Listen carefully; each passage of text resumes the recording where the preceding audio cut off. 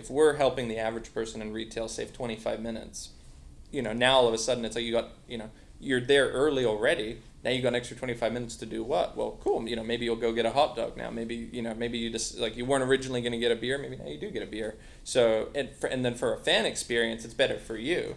And then also from a business experience, now the stadiums are, generating more revenue. Hi, I'm Chris Nedza, lead entrepreneur in residence of the Advanced Technology Development Center at Georgia Tech.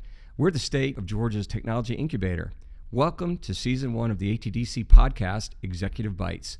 We focus on the startup founders in our portfolio, what sparked them to launch their companies, the market problem they've solved, and even how they overcame the thoughts of quitting when times get rough. Enjoy. All right, awesome. Welcome to the show. We have a great show today. This is going to be a really interesting topic. So I have Sam Porta, is the CEO of Q's. And my co-host today is Dana Weeks, who's the CEO of MedTrans Go. So let me frame it like this. I love waiting in line, said nobody ever.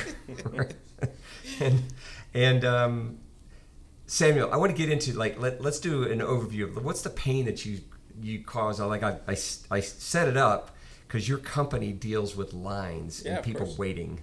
Yeah, it started literally like that, where I was a freshman at Georgia Tech, and I love telling the story because to me it's just so ridiculous. Like, I grew up in a small town in New Zealand where they joke that there are more sheep than there are people, or we're like outnumbered like 4 to 1.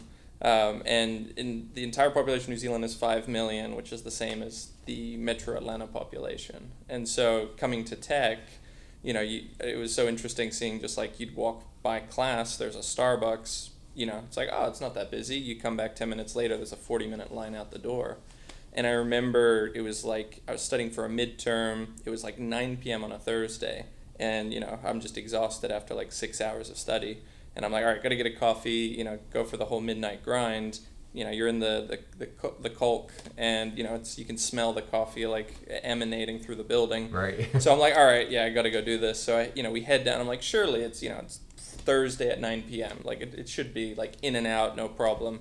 I go down there and I kid you not, there's like a 45-minute line. It's like everyone else was doing the exact same thing. And there was just this little moment in my head where I was like, surely, we're supposed to be this amazing tech school. Like, how do we not have a way to know how long a line is like 5 floors below? Like, it feels like it should be kind of a trivial thing to solve, right? And that's where I kind of got started, and was like realizing that actually, no, it's a lot harder problem than we think to solve, because the best thing we have right now is Google Popular Times, but that just aggregates people in a space. But you think like a Starbucks, it could be full of just people studying, enjoying the ambience. Right. That's part of their brand, but the line can be dead.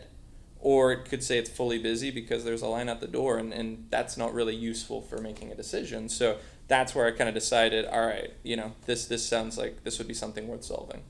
Wait a minute. So I get that. Like, okay, I see the pain. I was a student too one time, and I was doing all-nighters right before the exam.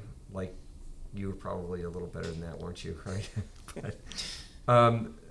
But so what's the problem? Is it like, what's the decision? Hey, do I go down and get a cup of coffee, or is the decision like, what's the decision? Yeah, no, and that's fair. So like, I think for me, the way I thought about it is like, that was just one, experience where in my case, the pain that stemmed from that is I went back upstairs to continue studying, and my table was gone and everything was gone. So it was like that one decision based off of a hypothesis that was wrong led to a negative outcome. And if we extrapolate that, like, there are students who I know who will like miss entire meals because they think they can go grab lunch quickly between a class. They get there and it's a 40-minute line at the Chick-fil-A, and they don't want to miss their class. Whereas if they had known in advance that a different dining hall wasn't busy, they could have gone there, gotten some food, and made it. So there's, the way I kind of see it is it's like an evolution of, say, like, Google Maps.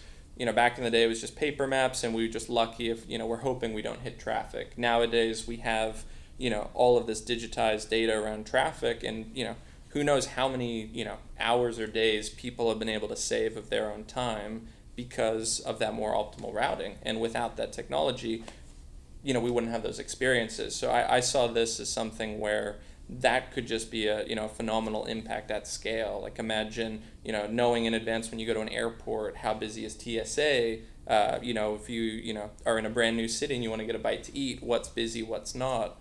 I don't know, it's just an idea that just really excited me. I absolutely love it, and I think also about the pain point, definitely from an individual level. Right. But I'd imagine this is a huge pain point for, a tech, for example, who wants to have that experience for students optimal. Yeah. And, these restaurants or different places that you're queuing, if you're ultimately pushing everybody to kind of maybe stick around and buy from one place when you have total opportunity elsewhere. And so the question is, who do you target? Like, who is your customer? Is it those customer individuals, or is it... And is it an app? Yeah, exactly. Well, and this is, I think, the interesting thing about the startup journey, right, is there have been pivots and evolutions. Like, in some ways we kind of fell into, I guess you could say, like, the entrepreneur's fallacy of, like, build it and they will come, right? So the very first version I was like, oh, this is going to be amazing. It's going to be an app. Everyone's going to use it. And then you, like, build it and you're like, actually, maybe this isn't the best approach. And so, yeah, the original vision was an app, but we have this whole chicken and egg problem of you need data for the app to be valuable, but to get that data, you have to have, you have to fund that somehow, right? And so originally, the very first version we were hoping it was going to be like a student kind of pay it forward model. Like one person gets in line, they're waiting 40 minutes, they let everyone else know. We kind of can kind of build our own data sets. In practice, people would use our existing data set and be like, oh, cool, it's not busy. They would go, but then they'd forget on the other side. So we built a tablet system where people could report it there. That worked great, but then you'd also have some pranksters who'd be like, oh, yeah, I waited 99 minutes, or, there were some clear outliers. But, in terms of kind of answering your question about customers, so after, we did college dining, we explored kind of quick service restaurants, but really the biggest customer segment we're looking at now is sports. Large venues. We just did a deployment with the Atlanta Braves this last August at their clubhouse retail store, because you think about it, it's the best case of super high density. You've got a dedicated customer where they're not going anywhere for like 4 to 6 hours, and being able to help people balance that demand has a huge impact on business and fan experience. So for us, that's kind of where we've realized that's the starting point. So is it embedded in their app? Like, I want to order food. Hey, this line is shorter than that line over there on, whatever, portal 102 or something. Is that how that works? Exactly. So that's our hope. So for baseball, they have the ballpark app, which is, you can use the same app for any of, all of the major league teams. We're working with the Braves to make that kind of the end goal, because, you got to get approvals from certain things. But for now, it's more being done back of house. So the Braves retail team, fantastic team. We've got Greg Mize, Adam Zimmerman, and Lisa Williams. They've been fantastic to work with, and they use it on a game-by-game basis. So they'll, for managing kind of flow into their retail store. So for instance, before we were deployed, they just did this amazing redesign of the clubhouse store. It looks fantastic, but one of the issues they had is the new layout is you enter here, you exit down here. So they were having a tough time kind of figuring out, like, how many people do they let in, because they don't know how many have left. And, with fire marshal concerns, you don't want to overfill the clubhouse. So they were, without realizing it, underfilling. And there were huge lines. Like, I remember when we were there, sometimes it'd be like a 30, 40-minute line, but it was actually only half full inside. And so what our system did is, with our app, they get a snapshot every 30 seconds of how many people are inside. And now, instead of having to guess, there can be like, oh, cool, I can let another 60 people in. And it was fantastic, because the very first game we did, there was a 0 wait time the whole game. And it was like amazing. I remember a fan like ran up to the person who's like manning the door and was like, holy cow. I've been coming to games all season. Where are the lines? Like, why is it dead today? And he just explained it. We got a new system. It's getting better. And so that to me was like, as a founder, the coolest thing ever, because I've had this vision for years. And to think that it's literally taken almost 5 years from inception to having a flagship customer where the impacts are being realized is just so cool. And did they have Oh, sorry. No, go. Did they have any data beforehand? Like, how did they know about the long lines or just others? like their own observations, right? Like the great thing about the Braves team, senior executive up, is they will like go down and see the space, and they get complaints from fans or different things telling them they're having these issues, and they do really care about the experience. So for them, they've been researching different options, like how do we make it better. We happen to have pitched our idea originally to Adam and Greg at their team for concessions, and this came up, and they were like, "Oh, maybe could your solution help us solve this?" And we were like, "Absolutely! This would be a perfect use case for our tech." And so they gave us a shot, and we're going to be hopefully doing a full deployment with them for the upcoming season. So I could have used this app last night. I was literally at the Battery last night, which is part of the experience down there, going to a concert, and we walk into the concert, or before we walked in, we got there early, we wanted to get something to eat. We go into this place and the service was terrible. I'm like, all right guys, we're leaving. So we leave and we're like, oh, let's go to that restaurant. Hour wait. Oh crap, let's go to this other one. Oh yeah, well that's an hour and a half wait. We ended up back at the original place. It was horrible. Yeah. Because we lost our spot. So sure. Yeah. So. Well, and that's a great point, because that's kind of the end game vision, right? And I think this is a good thing for any aspiring entrepreneur to realize is you can have your big vision, but practically speaking, you have to start somewhere. And I still have that dream of one day there'll be this super app that anyone can use at any restaurant or anywhere. And that'll hopefully be it. Eventually, we'll be able to get a smaller version of it in every little restaurant, and it'll be you won't have to jump between 4 different places.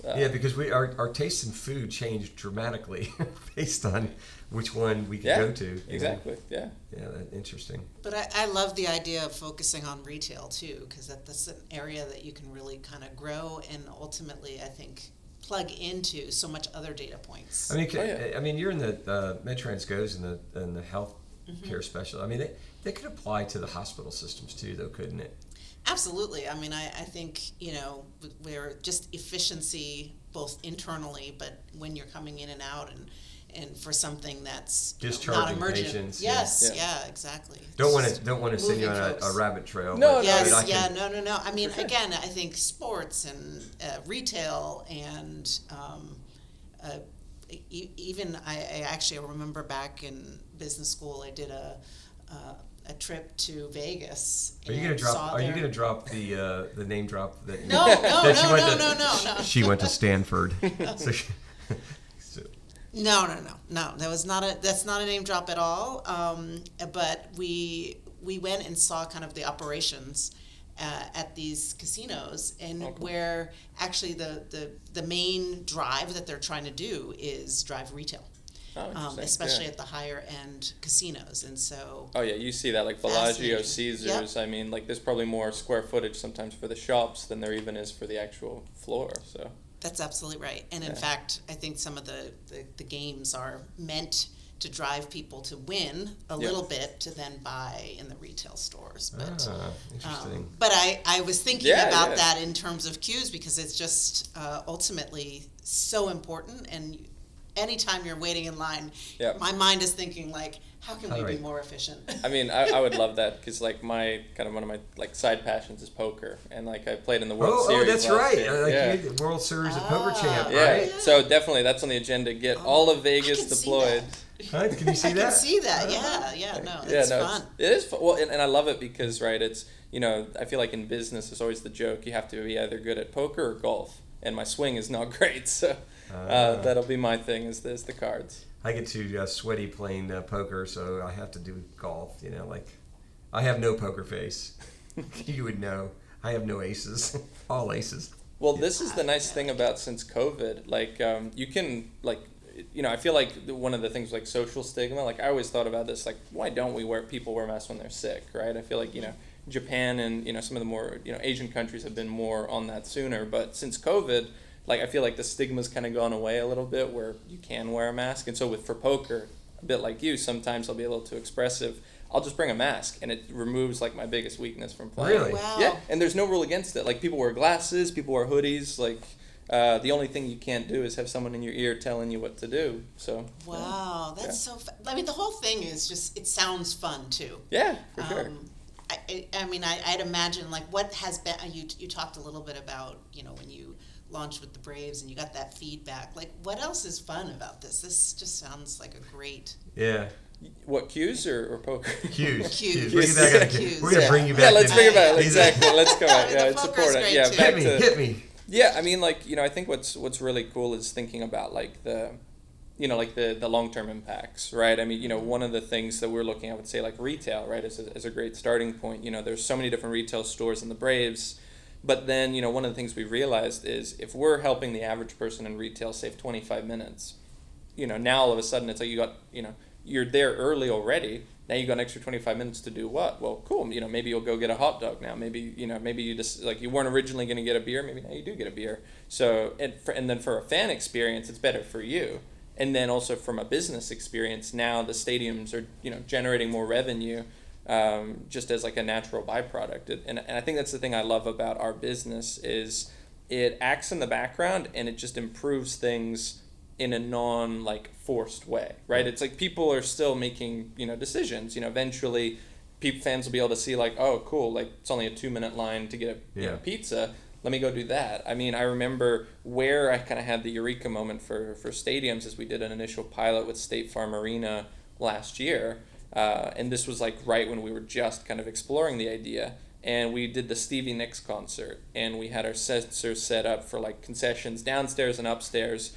And our thesis was that, throughout any event, there's going to be just natural imbalances. And it makes sense, right? People will go with line of sight. You get in your gate, you're hungry, you see 4 different lines and they're all busy. Do you really want to risk kind of, going to the other side of the stadium and it being worse, right? We're risk-averse creatures. But the great thing we found is when you can give people data where they can trust and be like, yep, I'm going to invest my time to go there and it's going to be worth it, more often than not, people do that. And we found that every single person, we'd go to them in line and be like, you're in a line, you're going to wait 30 minutes where you're at. There's a mirror offering 2 minutes that way, and it's only got a 5-minute line. So I'm going to switch gears just a little bit, and I hope this is okay to do. Absolutely. So you went to Georgia Tech. Yep. You were attending, and you decided to pursue this full-time before completion. For sure. Right? But Georgia Tech's really interested in what you're doing, aren't they? Why do you say that? Well, did they not? Are they investing in you guys? I mean, like what? Yeah, I mean, foundation I mean, what's great is I feel like as an institution, they've always kind of been invested in us. I mean, they supported us through CreateX. I was fortunate that we got admitted in my freshman year with the idea of Qs. Fantastic team at CreateX. It's changed. You had Siva used to run it back when I was there. Now it's Rahul. And then, all these years later, we just raised some of our newest round. Georgia Tech Foundation invested in Qs, which is a really nice full circle moment there. And they don't do it just for, they are charitable. However, they're doing it because they believe in you. Absolutely. Yeah. Oh, yeah. I mean, they love the fact that we're going all in with sports. They're really excited for our expansion with the Braves, and we're talking with Mercedes-Benz, we're talking with State Farm, and then we're hopeful that in the next 3 years we'll have all of baseball and hopefully a good chunk of majority of the major league teams in the U.S. Well, Georgia Tech picked a good time to have a good game against the Bulldogs with 8 overtimes. Exactly. They could have used your technology for that. That would be an interesting use case because that's one of the things that we think is really neat about this tech too is the non-expected points, right? I mean, we can also look at like how does weather affect those lines. I mean, you think like baseball, for instance, in Atlanta, you do get rainouts, right? Mm-hmm. And so suddenly you could expect a much larger surge. How do you handle that? And then being able to predict and things that previously is kind of been limited because there isn't that data. So a public service announcement. Elections officials, will you please get this so I can know how long the line is to vote, right? That would be a great use case too. So I think your technology is great. Well, Samuel, I really appreciate you jumping on the show, and we are Dana. Thanks for co-hosting with me. This has been so fun. My mind is turning. This is just great fun. Yeah, man. Best of luck to you, and we're behind you. We got your jersey on. Yep. Appreciate it. Thank you for joining us on this episode of the ATDC podcast. Please subscribe to our YouTube channel, like, and share or connect wherever you get your podcasts. Please be sure to follow us on social media. Our handle is @ATDC on X, LinkedIn, and Instagram.